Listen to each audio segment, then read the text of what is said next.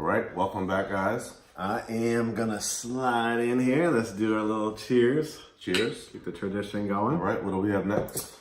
Our next topic. They don't teach you this in school. They definitely don't, and that's why we love to do these type of videos for you. Probably heard this term a lot, guys. Equity, right? Yep. And how to build equity through real estate. So let me kind of just define what equity is. So equity is basically the value of the house, not just necessarily the price that you paid for it, because a property will fluctuate in value.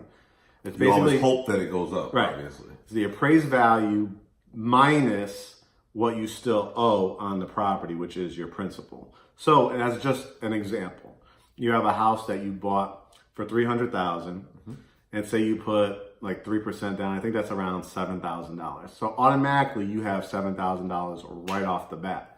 Now, when you go to maybe sell it 5 years later, let's just be, pretty generic with it. Just say it goes up maybe 2% in value for the like a 5-year period. So about 10% over that 5 years. It should be valued around like $330. During that time, you're gonna be paying down the principal, right? So whatever that principal, let's just say it's down to like $280, and your house is valued at $330. You basically have $50,000 worth of equity. So it's what it's valued out at the time minus your principal. Now that's just based off of just basic, how it goes. You pay your principal down and you create a wider gap or variance. But there's other factors that can play into how you can gain equity faster. Right.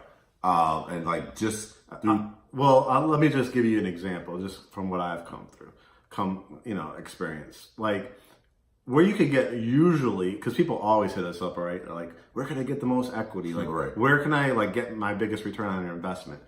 There's no guarantee on that, guys. Like, all you can do is, real estate is about hypotheticals, like doing your research. So what are things that are going to possibly affect the value of property going up? Schools get better. Economic development. Yeah. Like, that means more restaurants are coming into the area. Crime starts coming down. And so that might be in Atlanta, we saw a huge change in equity from like when you first moved here. Remember like the old Fourth Ward area? Oh yeah. Like before you could get in there, like nobody wanted to live in there. Like practically giving those properties away.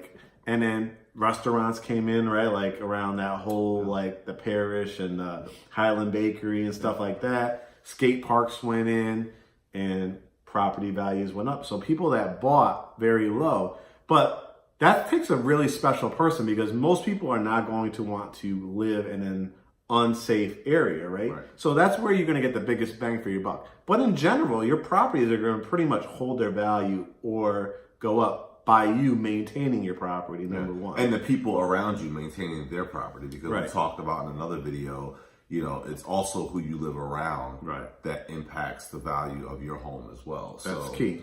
I mean, you talk about, some people like living by an airport might not be, really attractive to them because of airplane noise, right? Yeah. But having proximity to the airport there's a value there. Yeah. For other people, like say in North Atlanta, say like the Alpharettas, that's a big tech and healthcare corridor.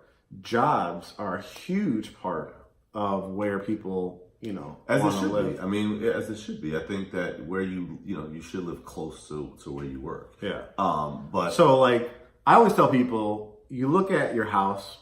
It's a little piggy bank at the top. You drop in your monthly payment every month. Portion goes to principal. Portion goes to interest. Possibly PMI. Possibly definitely homeowners insurance. Yeah. But that principal part, every month that you're paying that, the principal is going down. Right. Which means every month you You're could getting a potentially little bit be more, building right. your what's called net worth. And talk a little bit about what net worth is. What do I want to talk about? He's had one too many of these. I will talk about it. Net worth is basically, it's not liquid money, right? It's not like say my house went up $50,000 in value. I right now cannot access that $50,000 like to pay a bill. Right. Right. But the asset that you own. But my value is like, if I decided to list my house minus whatever I'm, the commission that I'm going to pay to sell it, minus the principal, is what, I would net. Right. So my value has gone up. Yeah. So when people ask us, how to build net worth through real estate, I mean, that's kind of how you do it. You basically make your payment every month. Yeah. You try to pick an area that is. I mean, you take advantage of the parts that you can control. Right. And as I said, what can you control? You can control making your payment on time. Right.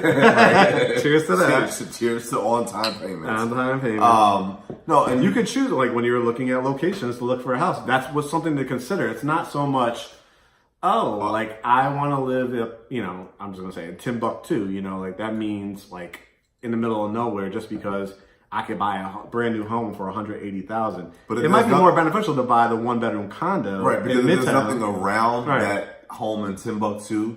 Think about the economic development. So how quickly is that value really going to go up? And it's also not just about going up, but what's going to maintain. What are strong areas historically? And those are in good school districts, already established neighborhoods. Let's just talk about some of those, like Ansley Park, Midtown, Buckhead, Raleigh. These are established, heart of the city, heart of Atlanta, desirable lots areas. Of restaurants, everything's at your fingertips, public transportation. Right. Yeah, I mean, but you pay for that. You pay for that. You pay for that. And a lot of, what's funny now about those areas, well, not Ansley Park, because that's always been a very highly sought after, desired area. And if people don't know Ansley Park, it's kind of like, think around like the Piedmont Park area. Yeah. It's very affluent. So only our luxury. But if you think about in Midtown, right, how much that has changed. Oh my God! When we lived in Midtown, it was like there was some prostitution areas. It was like it was like prostitute like haven, right? And now they got their own police force. They got high rises going up. And do you think that the people that lived there at the time, 15 years ago, knew that it was going to be what it is now? No. That's what we're trying to talk about. We're saying like you can't predict equity, but you can kind of look up what may be coming to an area to give you the best bang for a buck. An example right now is one of my favorite things I like to talk about when people call up and ask, especially as investors, like, what's the hot area to invest that's going to give me the most equity? My hypothetical guess is the West End. Yeah. You remember I've talked about that. And it has. More and more. And it like, there used to be. But you can't guarantee that. And you have a friend that lives over there. Talk a little bit about that. What she did. I mean, basically what she did was a lot of those properties there that were like dilapidated, old, and just run down. And about like what, 10 years ago? About 10 years ago, I guess, the market tanked. Right. Maybe it was a little more than 10 years ago at this point. And people lost their homes. Mm-hmm. So what, a friend of mine did is she took advantage of not the people, obviously, but the situation. And she was in a situation where she had some money.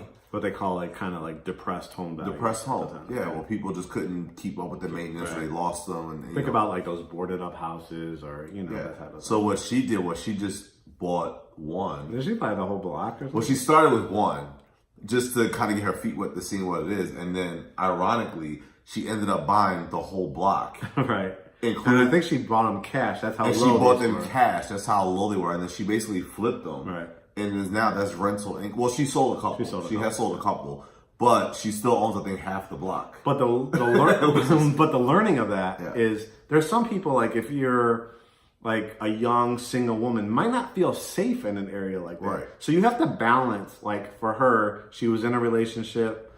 She felt safe. Well, they weren't her primary residence either. Right. She was buying them as investment properties. But overall, what we're trying to say, because we're running out of time, is mostly the biggest chance for those type of situations is to buy in dilapidated, undervalued, underserved areas. It's sad to say, but that's the biggest potential. Sacrifice. But in a bad economic downturn, which you can't control, like what happened in 2008, you can't control that. Yeah. So in a steady, what the market is right now, it's solid, it's steady. So buy more so in quality areas, good schools, what you can afford, and the equity will happen. It'll go automatically, number one, by just you paying your mortgage every month. Absolutely. You'll win that way all the time. So with that, we're going to have Curt look into net worth.